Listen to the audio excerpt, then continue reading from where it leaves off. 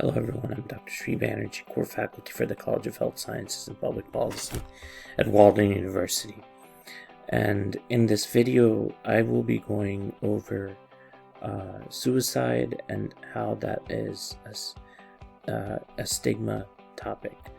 One of the reasons is that classically, from religious perspectives, suicide was taboo and was not something that was acceptable.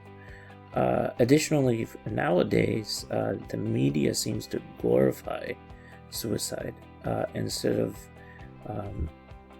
saying that it's a condition that a person temporarily goes through. So some of the things that was interesting is that out of the 152 respondents, 86% believe that suicide is preventable, and 72% believe that it is a person's right to die by suicide. So another tragic statistic was that out of the 152 respondents, about a third had lost someone close to them to suicide, which is rather high. And then respondents who did not think suicide was preventable also viewed suicide as either a sign of strength or a revenge act. Now, these are disturbing because if they think that it's a sign of strength, then they're more likely to be amenable to something like suicide. So those who responded that someone close to them died by suicide believed also that, like I was saying before, the media glorified suicide. While those who did not lose someone did not believe that. So this was about 67%. So about 2/3.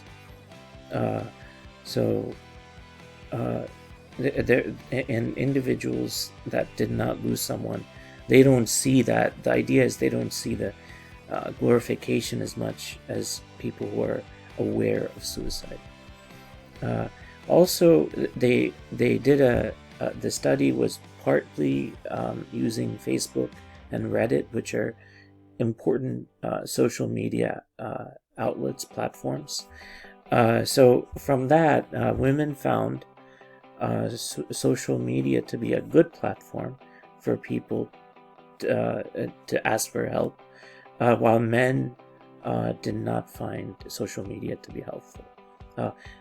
Less men, so 61%, 60.6% rather than 61%. So this disparity is not as noticeable and somewhat similar, but some of the other findings about glorifying suicide versus not, that's disturbing. So the researchers utilized the social media platforms to try to understand the perception of suicide, and found among the sample of mostly young white respondents, suicide is not stigmatized.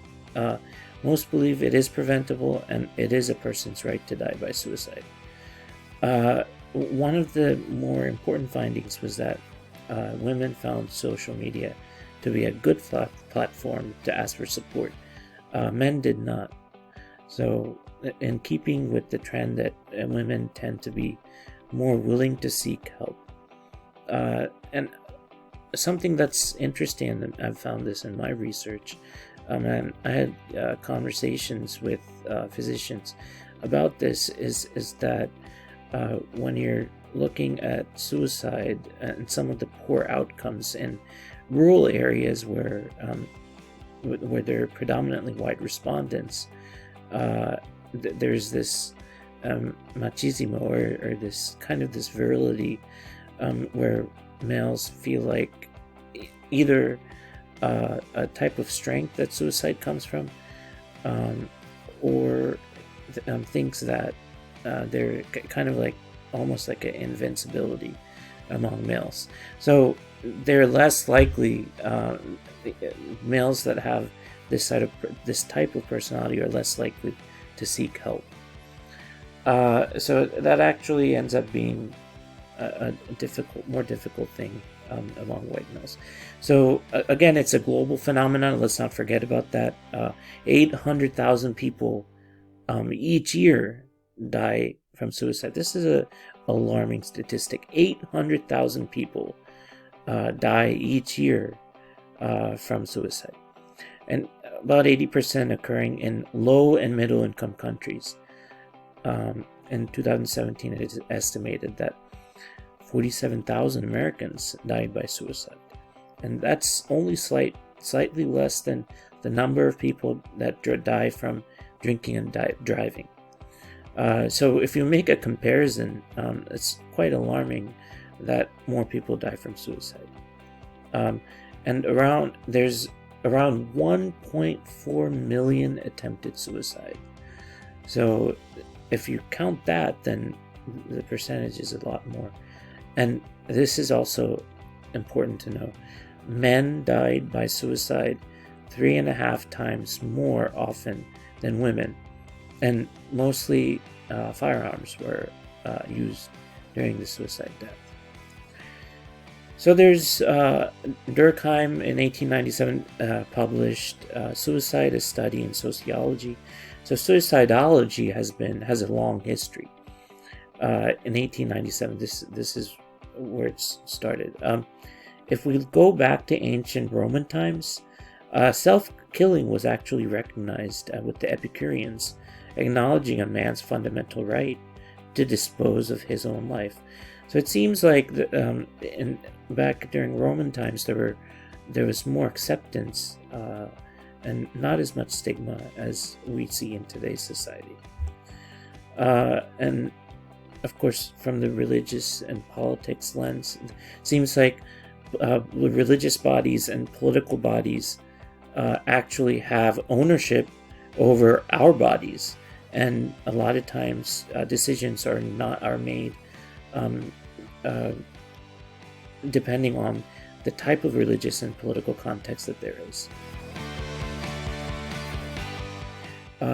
So just wrapping up, Durkheim proposed 4 different types of suicide based on social integration and regulation: egoistic suicide, altruistic suicide, and anomic suicide, fatalistic suicide. So that's the history of it. Now, when we're talking about technological advances such as social media platforms, these have grown exponentially. 2.4 billion active users per month in Facebook.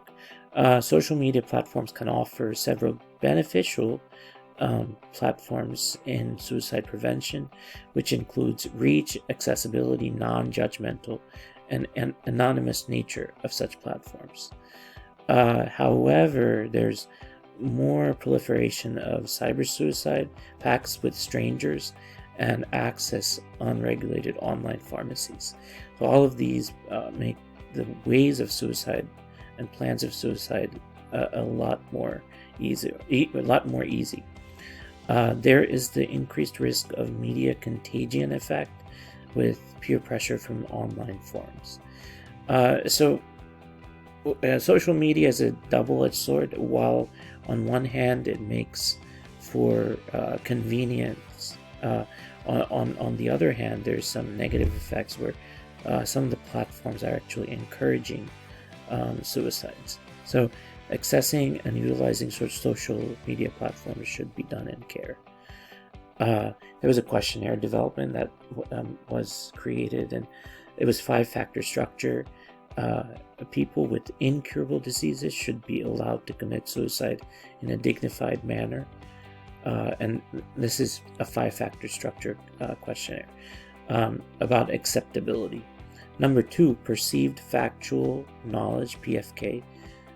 Most suicides are triggered by arguments with a spouse, willingness to accept as fact inaccurate statements related to suicide, social disintegration, personal defect. I would feel ashamed if a member of my family committed suicide. And then emotional perturbation. So that means most people who attempt suicide are lonely or depressed. So these are all the different types of acceptability. So suicide opinion questionnaire, this is a part of, and it's actually 100 items. assessing these different domains that I read out earlier. So this is not something that you can kind of take in a minute. It's quite extensive. So this sums up what is there for suicide. I want you to go ahead and take a look at this, at how 988 is the suicide and crisis lifeline in the United States. And it started in July 16 of last year. And so this is more of an interesting and important line to look at. Again, 988 suicide and crisis lifeline. So I'm going to leave you with this. Thank you for listening.